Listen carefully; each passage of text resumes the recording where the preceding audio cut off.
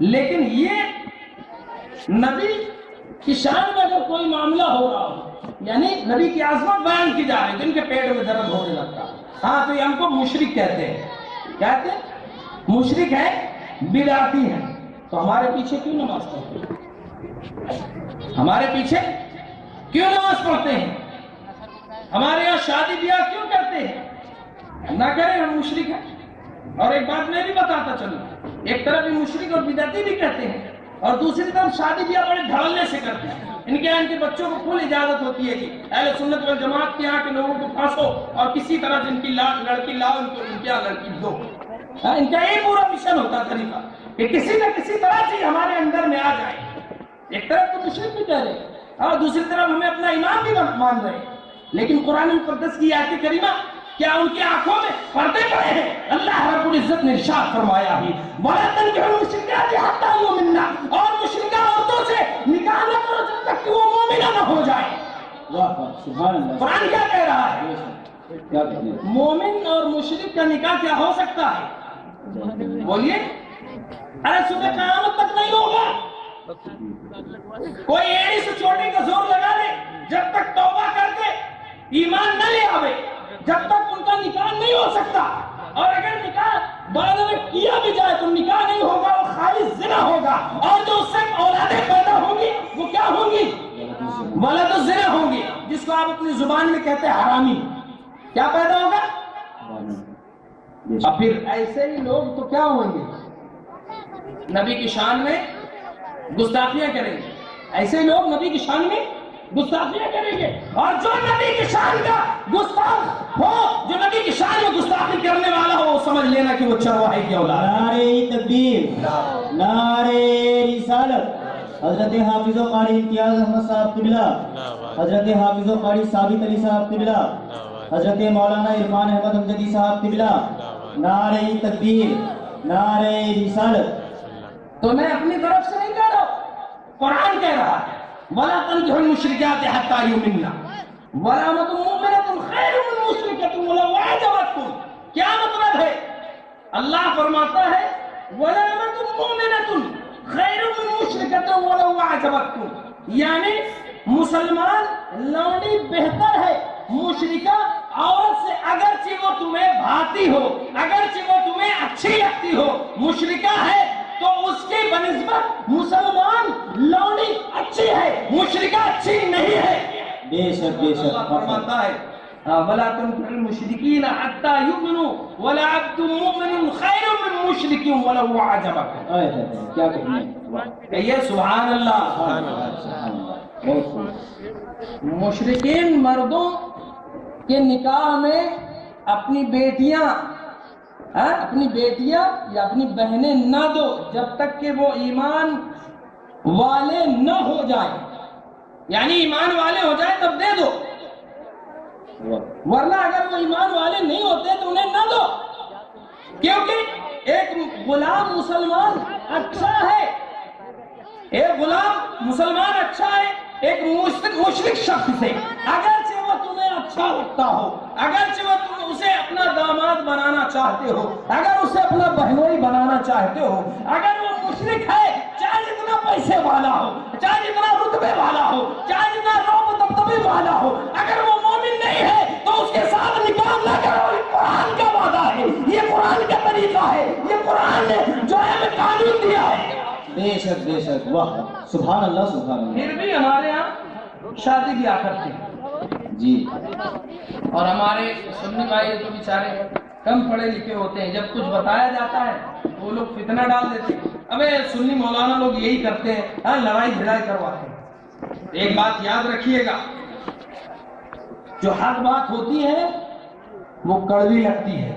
اچھا یہ بتائیے آج تک کسی نے کیا مجھے نذرانہ دیا ہے کیا کہ دیوبندیوں خلاف بولو، غیر مقلدوں خلاف بولو اور مجھ سے نذرانہ لے جاؤ، ہاں یا مجھ سے نذرانہ لے لو؟ کسی نے نہیں دیا. بلکہ اس چیز کا آفر مجھے آیا ایک بار نہیں کئی بار، ابھی نہیں کئی سال پہلے، کہ مولانا تم جو ہے چکر میں فالتو میں نہ پڑھا کرو، خالی نماز پڑھایا کرو اور قرآن اور حدیث سے تقریر کیا کرو، ہم تمہیں مالا مال کر دیں گے. اللہ اکبر کبیرہ۔ میں نے کہا ایسی دولت پر، ایسی جاؤ حشمت پر میں ٹھوکر مارتا ہوں، میں کروڑ پتی باپ کا بیٹا ہوں، مجھے پیسے کی ضرورت نہیں ہے، تم یہ نہ سمجھنا، مجھے ایمان کی ضرورت ہے۔ میں اپنے بھائیوں کو، ایمان والوں کو جو ہے یہ تمام طرح کی تعلیمیں بتاؤں گا، جو حق ہے حق کو حق ثابت کروں گا، اور جو باطل ہے اس کا بطلان کروں گا، اور اس کو جو ہے دور سے مکے کی طرح نکال کر کے پھینک دوں گا۔ نعرہ تکبیر، نعرہ رسالت۔ مجھے پیسے کی لالچ نہیں ہے، کیا کہنے ہیں؟ مجھے پیسے کی لالچ نہیں ہے، میں صرف اور صرف اللہ اور اس کے رسول کی رضا کے لیے آپ کو یہ تعلیم دیتا ہوں۔ ورنہ مجھے کیا میرے باپ کی کسی نے کچی کھیتی کٹوائی ہے؟ ہرا دھان کے پودے کٹوا دیے ہیں، یا پوری کھیتی تباہ و برباد کروا دی ہے، یا پورا بزنس بیکار کروا دیا ہے؟ کچھ نہیں کیا اور نہ کچھ کر پائیں گے، اللہ نے چاہا کیا۔ تو محترم، حق بات حق ہے، چاہے تنہا میں ہو چاہے مجمع میں ہو، اگر حق بات ہے تو اس کو میں بول دیتا ہوں۔ دوسرے مولوی کچھ ایسے بھی ہیں جو دب جائیں گے، لیکن یہ عرفان احمد امجدی دبنے والا نہیں ہے، جو حق بات ہے اس کو بول دے گا۔ اور ایک فتنہ یہ لوگ اور پھیلاتے ہیں، وہ کیا؟ اعلیٰ حضرت پر الزام لگاتے ہیں۔ کیا لگاتے ہیں؟ کہتے ہیں اعلیٰ حضرت نے انصاریوں کو جلہا کہا ہے، معاذ اللہ رب العالمین۔ کیا کہا ہے؟ جلہا کہا ہے اعلیٰ حضرت نے۔ کون کہتے ہیں؟ یہ لوگ فتنہ پھیلاتے ہیں، یہ الزام ہے سراسر اعلیٰ حضرت پر۔ اعلیٰ حضرت نے کبھی ایسا کوئی جملہ نہیں کہا ہے۔ دیکھ لو، ایک کتاب، ایک رسالہ پورا اعلیٰ حضرت نے لکھ دیا جس کا نام ہے انصاریوں کا مقام اعلیٰ حضرت کی نگاہ میں، اس کا نام ہی ہے۔ تو جو ہے اس طرح کے الزام لگا کر کے ہمارے انصاری بھائیوں کو جو اہل سنت والجماعت سے علیحدہ کرنا چاہ رہے ہیں۔ دیکھیے انصاریوں کا فیض کتنا ہے۔ اب آپ سماعت کر لیجئے، یہ جو عرفان احمد امجدی سنتے ہیں، کیا معنی ہے اس کا؟ امجدی کس کی مناسبت ہے؟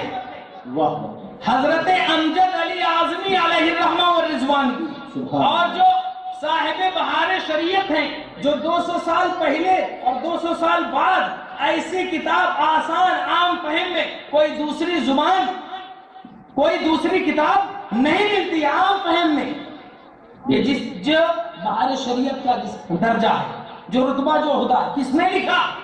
حضور امجد علی اعظمی علیہ الرحمن۔ یہ کون تھے؟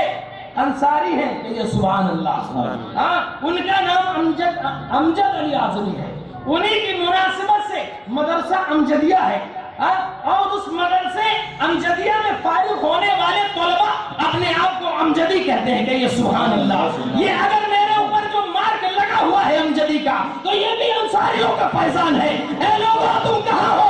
ابھی انصاریوں کا فیضان تم نے دیکھا کہاں ہے؟ ابھی یہ تو جو ہے تم کو گمراہ اور بدمذہب بنانے کی کوشش میں لگے ہوئے ہیں، جھوٹ کا سہارا لے رہے ہیں۔ واہ، بے شک بے شک۔ اور جو ہمارے حافظ جو ہمیں بنایا جنہوں نے، وہ بھی کون ہے؟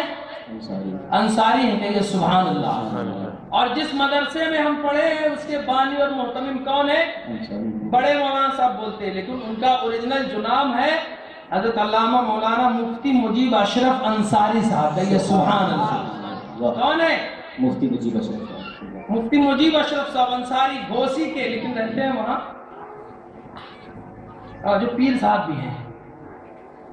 اور ہندوستان نہیں بلکہ پورے دنیا میں اگر میں کہہ لوں تو غلط نہ ہوگا کہ اہل سنت والجماعت کی کوئی عظیم درس گاہ ہے تو وہ مبارک پور اشرفیہ میں ہے، مصباح العلوم جس کا نام ہے۔ وہاں سے اگر کوئی فارغ ہوتا ہے، کوئی بچہ فارغ ہوتا ہے، تو وہ اپنے نام کے بعد جو ہے مصباحی لکھتا ہے، اور وہ حضرت حافظ ملت علیہ الرحمہ والرضوان کا قلعہ ہے، ان کا باغ ہے۔ حافظ ملت کون ہے؟ انصاری ہے کہ یہ سبحان اللہ۔ سبحان اللہ سبحان اللہ، واہ، زندہ باد زندہ باد، واہ۔ اعلیٰ حضرت پر الزام لگا رہے ہیں۔